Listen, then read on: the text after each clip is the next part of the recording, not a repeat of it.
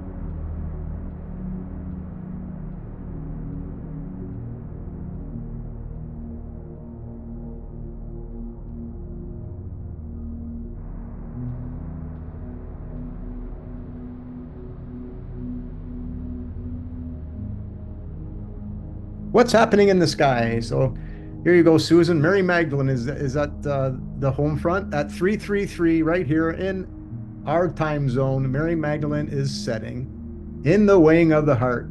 So I figure it must be time to talk about Mary Magdalene. Well, rightfully so, because Temi Maxine asked me, hey, what's a response to when people say Mary Magdalene was a prostitute? Well, Mary Magdalene isn't a real one being. She represents every earthen mother that's alive. So does every earthen mother have sex? Well, yes, she does. Well, that's where the prostitute comes from. So just with that, as we finish texting, I go into our discussion at Unity where Mariette's speaking, and she said something synchronistic, and if it comes back to me before I edit the video, I'll add it. But she said something very synchronistic, and then the train's horn tooted at that time. So I looked exactly, because when that happens, I went and look, and Mary Magdalene was right overhead. And something wanted to be birthed. So there's no coincidences. That's what the cardinal points do for you. So Mercury is now in retrograde. Mercury came retrograde on the 25th, 26th, depending where you're at. And that's in Scorpio. But it's aligned with Rasselhaug. So our whole discussion today on what do we do with all these vibrations, because that's this Rasselhaug is the third eye, the revelation of who you are and what our choices are. When we understand who we really are and the powers that we have, Rasselhaug is you realizing that you can separate the snake from eating its tail. The snake from eating its tail is to keep onto those images that are non-loving. They'll keep coming back and back and back and back. You have to separate that. So Mercury today is sitting on Rasselhaug. Went by once, second time, and we'll go by a third time as a reminder. And Mercury is what? The scribe. It's the memories in the waters. So when we talk about things that aren't beautiful, it's a reminder. It's of no surprise that we had this discussion today because it needs to be separated. This is one way of looking at it, but the other way is Mary stepping on the snake, the vibrations that are no good, which is also stepping on the scorpion, the vibrations that are no good. And also deep spiritual signs. There's a Destiny's Gate today, right at the 333, black moon, which gives deep spiritual signs to which we talk about. We talk very deeply. And it's at a Destiny's Gate. In other words, something wants to open up, change our destiny. So these are all beautiful signs. And they're Mary Magdalene signs. Mary Magdalene is you. It's me. Mary Magdalene is in every one of us. It's an essence, an inner essence that comes from a star. This is what they call an asteroid. No, it's a light. It's a light that shines on you, that reflects on you, that checks your muddy waters to see if you've been naughty or nice. And there's where the Christmas story comes in. The Christmas is the Christmas tree, the one leading up to your third eye, the revelation. So many people are trying to put a grasp on what's transpiring right now. We know we're upon the Phoenix rising. And like Susan said, Mother Mary's energies are back. Yeah, that's Eris that we've been talking about that came back. That's the story of Isis coming from the underworld, which is coming from where you can't see her to where you can see her. That's why they have that ephemeris. So when you follow what's actually happening in the sky, you're dealing with now, the now. When you don't look to the sky, you're reading the past Akashic records, and that can lead to old memories in lieu of the truth. Uranus has shown us in the past. So why are things happening right now? People's worlds are being held up or fall down. So this has happened when Uranus started coming across June 1st, back again, cross this line between Taurus and Aries, and then a third time. So Uranus going from Aries, the head, into Taurus, the bull. This is the bull that's on the stock market. People's worlds are going to change. Their roofs over their head, their worlds are going to change. This is Uranus doing that. In the 1930s was the last time this happened. The late 30s and early 40s were a significant variability in terms of abundance. While some regions experienced advancements that could potentially increase access to food, shelter, and water, others were severely impacted by environmental challenges and economic instability and the effects of mass karma. The era was characterized back then, right, in the late 30s and 1940s, the era was characterized by a complex interplay of factors that influenced the basic necessities of life, highlighting the resilience, adaptability of communities around the world. Isn't that not happening right now? That's not because of Pluto. This whole thing is happening because Eris, Mother Mary, is back, and now the different signs that we see will be all the other planets. And Uranus is the firmament. And this is happening in the sky, folks. But you can't see this if you're using a 2,000-year-old ephemeris. What's an ephemeris? When Eris comes back, when the Mother Mary energy comes back every 558 years. It's on the Egyptian walls. But you can't see it if you don't look for her. When you look for him, you won't find it. You won't find love there. You only find love in the divine, and we're all from that divine, masculine or feminine. So here's that book, The Invisible String. Again, if there's a top 10 book to give a child, this is number 1. A 4-minute video read of the book The Invisible String, narrated by first grade Party. It's only 4 minutes. Welcome to Story Time with Miss LaPerry. Today's story is The Invisible String, written by Patrice Karst, illustrated by Joanne Lou Riedroff. Liza and Jeremy, the twins, were asleep one calm and quiet night. Suddenly, it began to rain very hard. Thunder rumbled until it got so loud that it woke them up. "Mommy, Mommy!" they cried out as they ran to her. "Don't worry, you two. It's just the storm making all that noise. Go back to bed." "We want to stay close to you," said Jeremy. "We're scared." Mom said, "You know we're always together, no matter what." "But how can we be together when you're out here and we're in bed?" said Liza. Mom held something right in front of them and said, "This is how." Rubbing their sleepy eyes, the twins came closer to see what Mom was holding. I was about your age when my mommy first told me about the invisible string. "I don't see a string," said Jeremy. "You don't need to see the invisible string. People who love each other are always connected by a very special string made of love."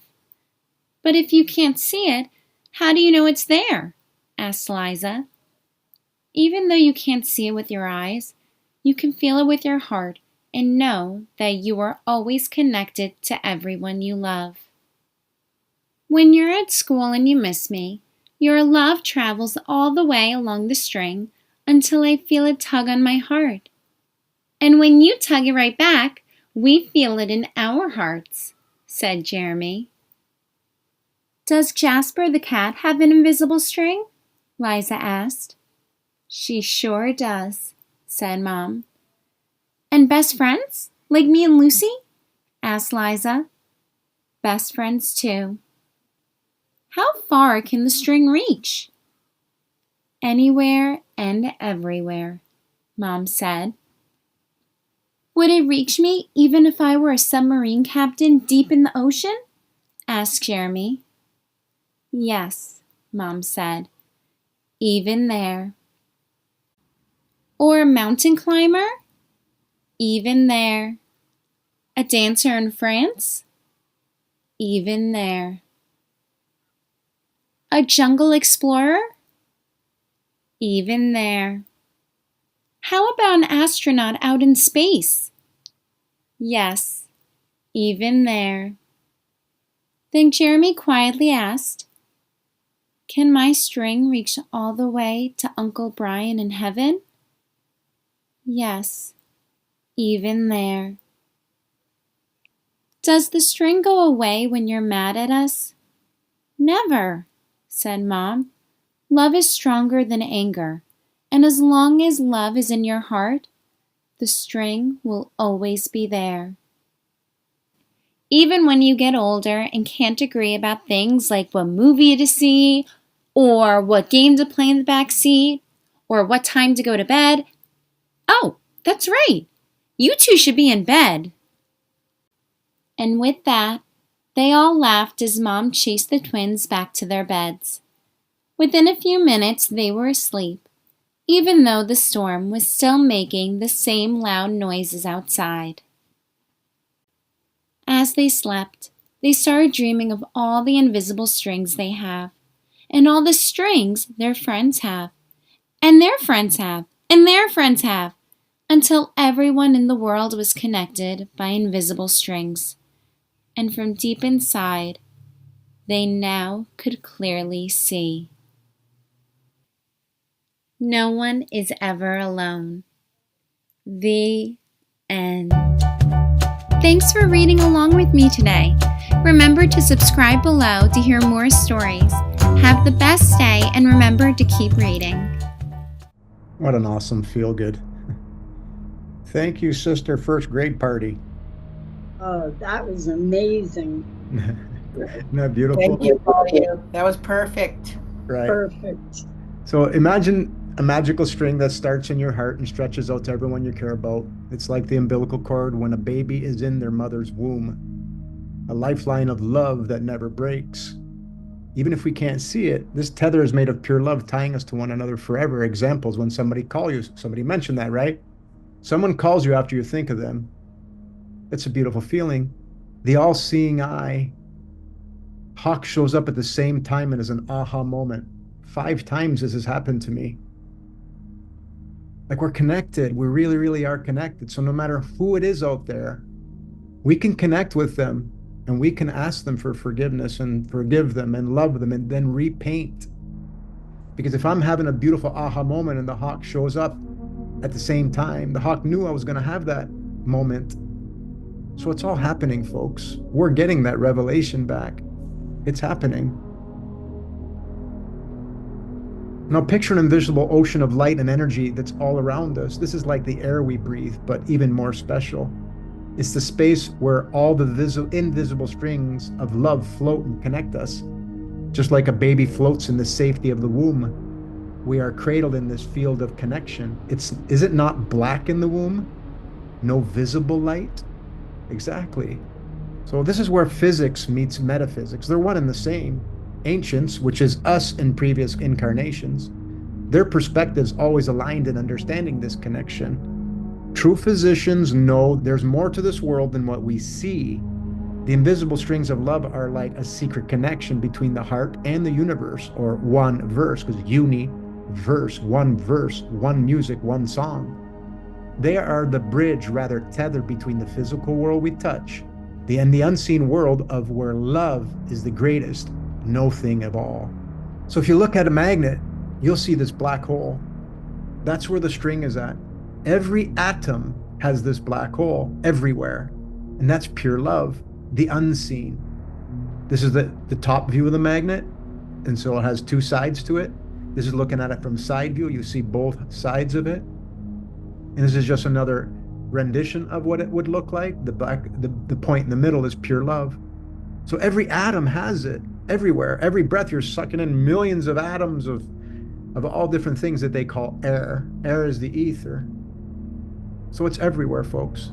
And so I changed the pictures because it would be a black string, not a string of light, because light is the visible that spirals or oscillates back and forth from that pure love still point. This is what that image looked like, but I changed it. I did the inverse because it really would be black. Because we recharge when we sleep.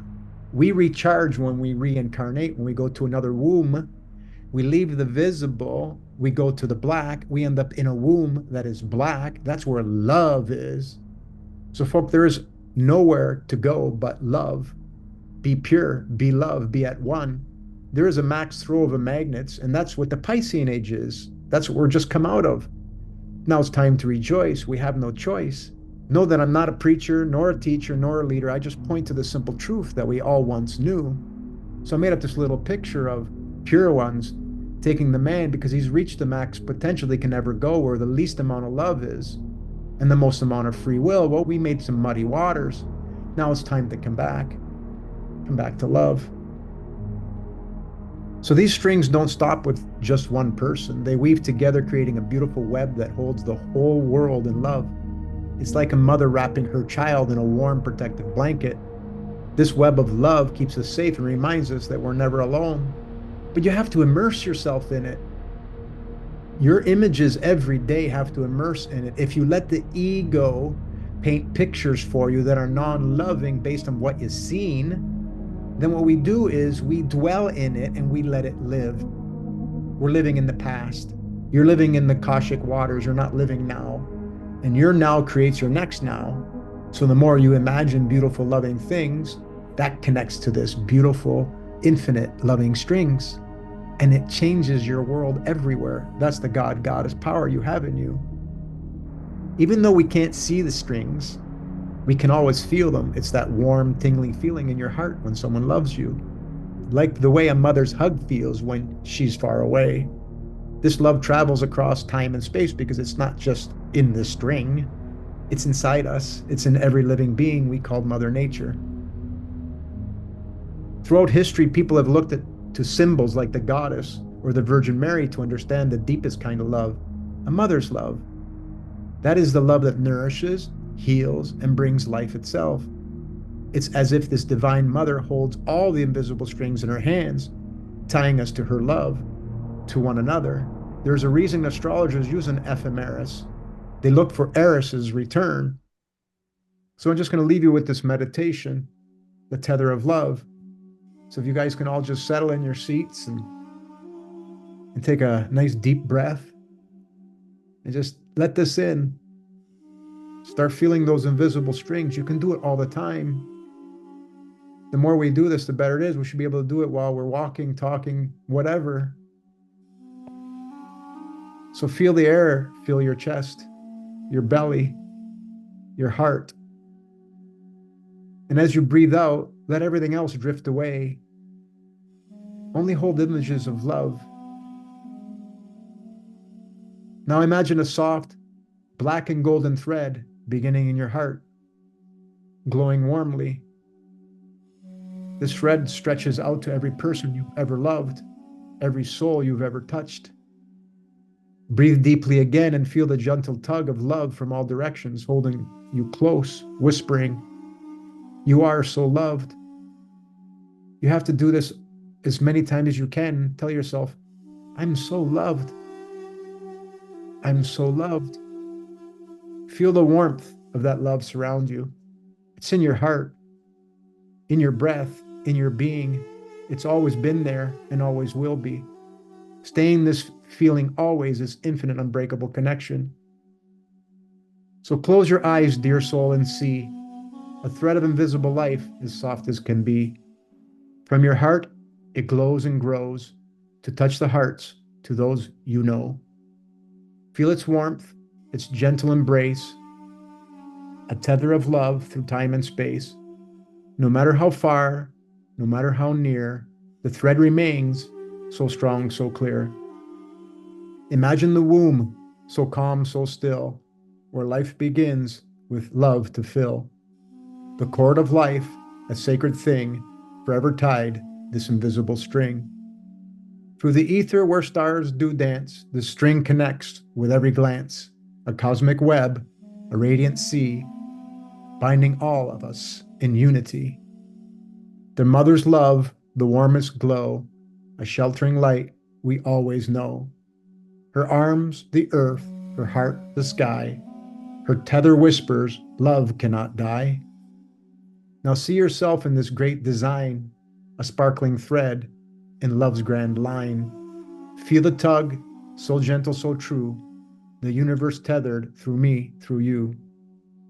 Breathe deeply now and hold this sight, this web of love, so pure, so bright. Carry it with you wherever you go, for the tether of love will always flow. Stay in this warm, this knowing, this truth. You are love. You are so loved. You are tethered to all who walk with you in this journey.